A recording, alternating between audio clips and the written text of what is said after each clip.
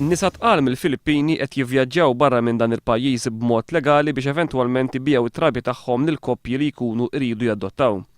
Bħala pajjiżi involuti f'dak li l-Gvern tal-Filippini qed jikkunsidra bħala traffikar ta' trabi mhux imwielda, ġew identifikati l-Awstrija u Malta. Kienet Alicia Bala, segretarju parlamentari tal-Gvern tal-Filippini responsabbli mill-għajnuna soċjali, li żvelat dan u li żidet tajt li l-pjan li jitrabi jkunu traffikati għal adozzjoni jkun maħsub sa mill-bidu nett. Qalet ukoll minħabba li l-ommijiet jkollhom kull dritt joħorġu mill-Filippini b'mod legali huwa diffiċli ħafna li każijiet bħal dawn jkunu identifikati sakemm ma jkunx hemm il-kooperazzjoni tal-pajjiżi fejn iseħħu dawn il-każijiet.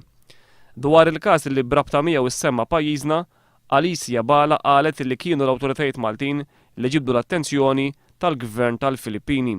Fil-fatt jirriżulta li dan il-każ seħħ bejn Marzu u Mejju ta' din is-sena. Fit-18 ta' Marzu, Assenit li jitżel Lara, l-om tqila Filippina ta' 25 sena, waslet f'pajjiżna u weldet xarejn wara.